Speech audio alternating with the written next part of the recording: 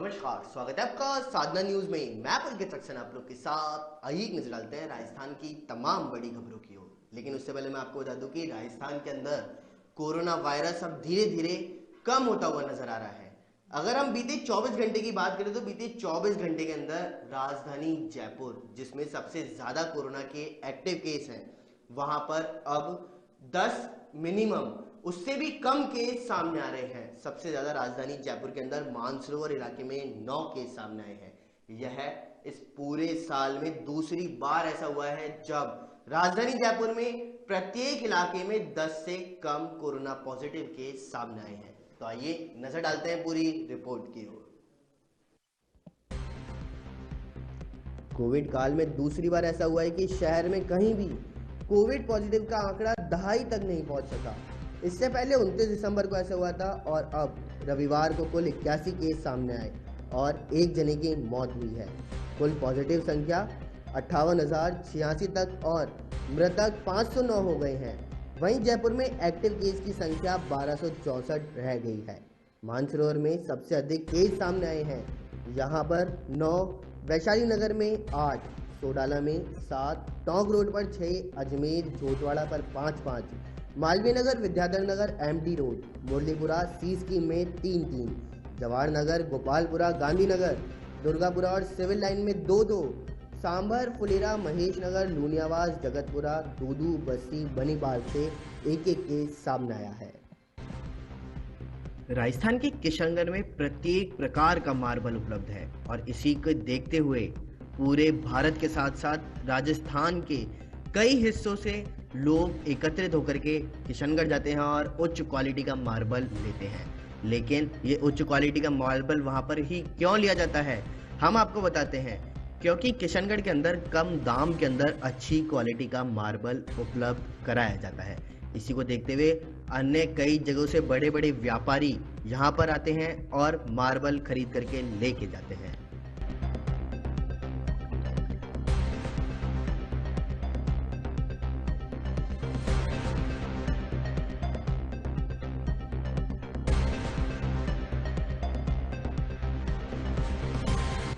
जी नमस्कार, मैं सुधीर जैन, अध्यक्ष किशनगढ़ मार्बल एसोसिएशन। ये सर्वविदित है कि किशनगढ़ मार्बल और ग्रेनाइट की मंडी अंतर्राष्ट्रीय स्तर तक भी अपनी पहचान बना चुकी है। एक्सपोर्ट और इंपोर्ट दोनों ही काम यहाँ के व्यापारी लोग करते हैं। करीबन 1200 बड़ी यूनिट्स जिसमें ग्रेनाइट और मार्बल गैंग्स हैं, 5000 कटर्स हैं, 5000 के करीब मार्बल ट्रेडर्स हैं और पॉलिश मशीनें हैं, हैंडीक्राफ्ट की शॉप्स हैं, क्रशर मशीनें हैं। ये सब इतनी बड़ी लंबी चौड़ी इंडस्ट्रीज हैं यहाँ और अच्छा भरपूर व्यापार है। करीब 400 ट्रकों का प्रतिदिन का यहाँ से डिस्पैच है। और मार्बल यूनियन की तरफ से जो कर्मचारी जो हैं आज फर्म पे जो कार्य कर रहे हैं, उनकी तरफ से अगर कोई ट्रेजरी होती है तो यूनियन की तरफ से उनको क्या प्रोत्साहन दिया जाता है? ये प्रारंभ से ही ये व्यवस्था की गई है कि यदि किसी फैक्ट्री में कोई कैजुअलिटी होती है, लोडिंग में कैजुअलिटी होती है, लोडिंग के टाइम कैजुअलिटी होती है, कई और कारण से फैक्ट्री कैंपस में कोई कैजुअलिटी होती है, तो 2 लाख रुपए मार्बल एसोसिएशन देगी। 2 लाख रुपए जिस व्यापारी के यहाँ काम हो रहा था वो देंगे। 4 लाख रुपए का भुगतान मजदूर यूनियन के साथ समझौते के हिसाब से नियमित रूप से दिए जाते हैं। हालांकि भगवान करे ऐसा कोई कैजुअलिटी नहीं हो, पर फिर भी यदा कदा हो जाए किसी भी कारण से तो वो उसमें उसका पीएफ, ईएसआई जो भी होता है वो भी देते हैं और ये 4 लाख रुपए उसके परिवार वालों को सहायता के रूप में दी जाती है। जयपुर पुलिस द्वारा चलाए जा रहे ऑपरेशन ग्रीन सी के अंतर्गत नशीले पदार्थ एवं उसकी सप्लाई ऑफ बिक्री के विरोध में पुलिस ने अपनी कमर कस ली है। इसी के तहत पुलिस ने तीनों की तीनों टीमों को गठित कर जयपुर शहर में मादक पदार्थ प्राण किए, जिसमें अवैध शराब तस्करी का जयपुर में सप्लाई बिक्री करने में मादक पदार्थ तस्करी है, ऐसे लोगों को अपनी निगरानी में रखा है। इसी के तहत जयपुर की टीम द्वारा कार्रवाई करते हुए महिला सहित कुल करीब 22 तस्कर गिरफ्तार किए गए हैं, जिनके कब्जे से 17 किलो 157 ग्राम गांजा, 87 ग्राम स्मैक और 1 लग्जरी कार और 1 मोटरसाइकिल और धनराशि के साथ ही 18 पेटी शराब की जब्त की गई है।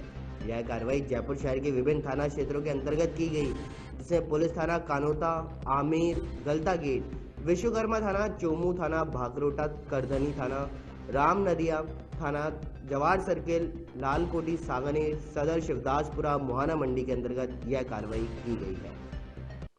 किशनगढ़ से पाटन बांदर सिंदरी केंद्रीय विश्वविद्यालय बांदर सिंदरी को जोड़ने वाली बीसलपुर पाइपलाइन जगह जगह से क्षतिग्रस्त हो रखी है, जिसके चलते हुए जब भी बीसलपुर पाइपलाइन से लाइन से पानी की सप्लाई बांदर सिंदरी क्षेत्र में दी जाती है, तभी उसमें देरी हो जाती है। बीसलपुर का हजारों गैलन पानी रास्ते में ही क्षतिग्रस्त पाइप से निकल करके व्यर्थ बह जाता है, जिससे क्षेत्र की जनता को पर्याप्त पानी नहीं मिल पाता। इसके साथ ही ग्रामीणों ने जगह जगह से मेन पाइपलाइन को क्षतिग्रस्त कर अपने निजी उपयोग के लिए पानी के अवैध कनेक्शन ले रखे हैं, जिस पर जलदाय महकमे द्वारा उचित कार्रवाई नहीं करने पर क्षेत्र की जनता को पीने के पानी से वंचित रहना पड़ रहा है। साथ ही जलदाय विभाग की लापरवाही के चलते हुए हजारों गैलन पानी रास्ते में ही व्यर्थ बह जाता है। देखिए, पिछले 1.5 महीने से ज़्यादा हो गया और देश भर में आज किसान आंदोलित है। दिल्ली की सीमाओं पे हजारों लाखों की संख्या में इस कड़ाके की ठंड में अनगिनत किसान धरना दे रहे हैं और गांधीवादी तरीके से अपनी मांग को मनवाने की कोशिश कर रहे हैं। 8 या 9 वार्ताएं सरकार के साथ हो चुकी हैं, लेकिन बिन नतीजा रही। नतीजे निकालने का मैं समझता हूँ सरकार की मंशा भी नहीं है, वो सिर्फ किसानों को, आंदोलनकारियों को थकाना चाहते हैं। और मुझे बड़ा खेद है कि कल राजस्थान के बीजेपी के नेता ने ऐसे गंभीर आरोप लगाए हैं उन अन्नदाताओं के प्रति जो इस देश का पेट पालते हैं। उन किसानों के मान सम्मान को ठेस पहुंची है। एक तरफ सरकार बोलती है कि किसानों का पूरा आदर सत्कार करते हैं, दूसरी तरफ भाजपा के नेता राजस्थान के इस प्रकार के अपशब्द का प्रयोग कर रहे हैं। किसानों को नक्सलवादी बोलना, देश विरोधी बोलना, उन पे आरोप लगाना मैं समझता हूँ बहुत गलत है। इसकी मैं पूरी निंदा करता हूँ और भर्त्सना करता हूँ। लेकिन आज हमारी कोशिश ये है कि देश में 24 पॉलिटिकल पार्टीज इकट्ठे होकर उन किसानों का समर्थन कर रहे हैं। ये राजनीतिक डिमांड नहीं है। किसानों के भविष्य और उनके हित को देखते हुए पूरे देश ने संकल्प लिया है कि सरकार से निवेदन करें कि इन तीनों कानूनों को वापस लें। समर्थन मूल्य का इसमें जिक्र नहीं किया। किसानों को अपनी जमीन पर एक तरह से मजदूर बनाने की मंशा सरकार की है और इसीलिए उनके खुद के घटक दल अकाली दल जो सरकार का पार्ट था, उनके मंत्री ने इस्तीफा दिया, सपोर्ट विड्रॉ कर लिया। आरएलपी जो एनडीए का पार्ट था, उन्होंने विड्रॉ किया। ऐसा क्यों है कि सरकार अपने सहयोगी दलों को, अपने कैबिनेट के मेंबर्स को समझा नहीं पा रहे हैं, किसानों को क्या समझाएंगे। इसलिए देश का सभी किसान तबका एकजुट है, सब जाति कौम के लोग इस कानून के विरोध में हैं और इसी संदर्भ में आज पूरे प्रदेश में हम लोग चर्चा कर रहे हैं, किसानों को उनकी चेतना बढ़ा रहे हैं इन किसी कानून के खिलाफ में। उस संदर्भ में आज मैं अपने विधानसभा क्षेत्र टोंक में आया हूं और यहाँ के लोगों का भरपूर समर्थन हमें मिल रहा है। फुलेरा में दैनिक रेल यात्री महासंघ और अन्य संगठनों की ओर से एक आम सभा का आयोजन किया गया है, जहां पर कोरोना महामारी से पहले की तरह लोकल ट्रेनें चलाने के साथ साथ उनका वाणिज्य ठहरा और मासिक सीजन टिकट शुरू करने को लेकर के चर्चा की गई है। इस दौरान फुलेरा सहित आसपास क्षेत्रों के सैकड़ों की संख्या में लोग सभा में मौजूद रहे हैं, जहां पर सभी ने अपनी अपनी बात रखी और जनप्रतिनिधियों और रेल अधिकारियों लाल को अपनी मांगों को लेकर के एक ज्ञापन सौंपा है। साथ ही दैनिक रेल यात्रियों ने बताया कि पिछले 9 माह से लोकल ट्रेनों का संचालन बंद है, जिससे फुलेरा सहित आसपास क्षेत्र के लगभग 25,000 से ज्यादा दैनिक रेल यात्री की रोजी रोटी छिन चुकी है। ऐसे में 10 दिन में सरकार ने दैनिक रेल यात्री संघ की मांगी नहीं मानी तो धरना प्रदर्शन और आंदोलन की चेतावनी दी गई है। जोधपुर की कायलाना झील में लापता हुए कैप्टन अंकित गुप्ता तलाश में अब तक कोई भी सफलता हाथ नहीं लग पाई है। गत 4 दिनों से चल रहे सर्च ऑपरेशन में एयरफोर्स और सेना पुलिस के साथ नेवी के मार्कोस कमांडो भी कैप्टन की तलाश में जुटे हुए हैं, लेकिन अभी तक उनका पता नहीं लग पाया। कैप्टन की तलाश कर रहे सेना के जवान बिना निवाला खाए कायलाना झील में उनकी तलाश में अभी तक जुटे हुए हैं। वहीं 10 पैरा स्पेशल फोर्स के कैप्टन अंकित गुप्ता का शव 4 दिन बाद भी कायलाना झील से बाहर नहीं निकाला जा सका। पिछले 4 दिनों से एयरफोर्स और सेना पुलिस के बाद नेवी के मार्कोस कमांडो भी कैप्टन अंकित गुप्ता के सर्च ऑपरेशन में जुटे हुए हैं। करीब 150 जवानों की टीम दिन रात कैप्टन की तलाश सर्च ऑपरेशन चला रही है। प्रदेश के 13 जिलों में बर्ड फ्लू फैल चुका है। रविवार को भोपाल के निषाद लैब से मिली रिपोर्ट के मुताबिक सिरोही और प्रतापगढ़ से भेजे गए सैंपलों में बर्ड फ्लू पॉजिटिव पाया गया। इससे पहले जयपुर, दौसा, सवाई माधोपुर, हनुमानगढ़, जैसलमेर, बीकानेर, चित्तौड़गढ़, पाली, बारां, कोटा, बांसवाड़ा में भी बर्ड फ्लू के सैंपल पॉजिटिव मिल चुके हैं। इन्हीं के अलावा 10 जिलों के सैंपलों की रिपोर्ट आनी अभी शेष है। प्रदेश में बीते दिनों बदलते मौसम अब साफ होते हुए नजर आ रहे हैं। जयपुर में 9 दिन बाद पूरे दिन धूप खिली रही है। दिन रात का पारा सामान्य से अधिक दर्ज हुआ, लेकिन शाम को हल्की ठंडी हवा चलने से गलन का एहसास हुआ है।